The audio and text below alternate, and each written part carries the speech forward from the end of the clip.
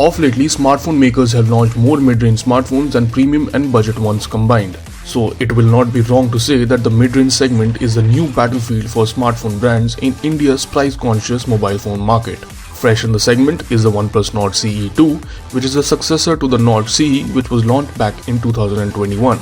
The previous CE generation missed the mark in the mid-range segment, so does that mean that the CE2 regains the lost ground? Let's find out. The design of the Nord CE2 looks similar to that of the Nord 2 but has a modest plastic back cover in place of the latter's premium glass one. The plastic build is sturdy, so that's no concern, but the design language is reminiscent of the Nord. Where it differs from the Nord CE is its glossy back finish, which is a task to keep it clean. Also, OnePlus has taken away its proprietary alert slider from the Nord CE2. But where the CE2 redeems itself is by providing a 3.5mm headphone jack and expandable storage up to 1TB.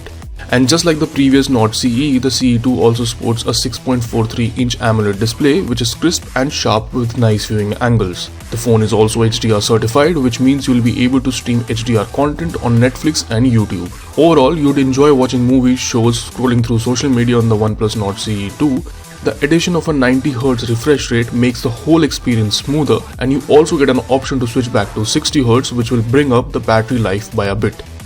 While the display on the CE2 might not be the brightest panel, the phone gets the outdoor brightness fairly well to read under direct sunlight.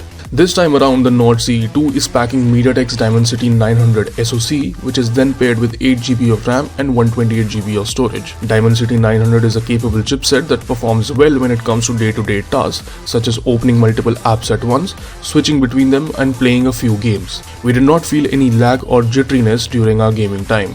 One of the hallmarks of any OnePlus phone is its software, which still remains ad and bloat free, which results in an overall good user experience. Although the phone still ships with Android 11, which is slightly disappointing since the new version is already available on many OnePlus phones now.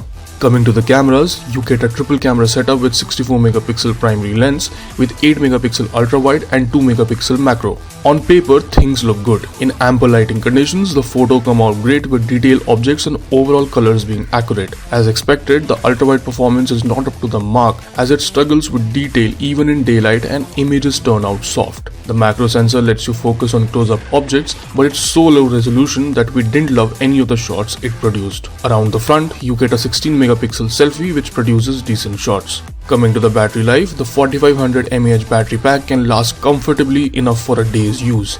And when you do find yourself plugged in, the 65W Superhook charging can top up the device blazing fast.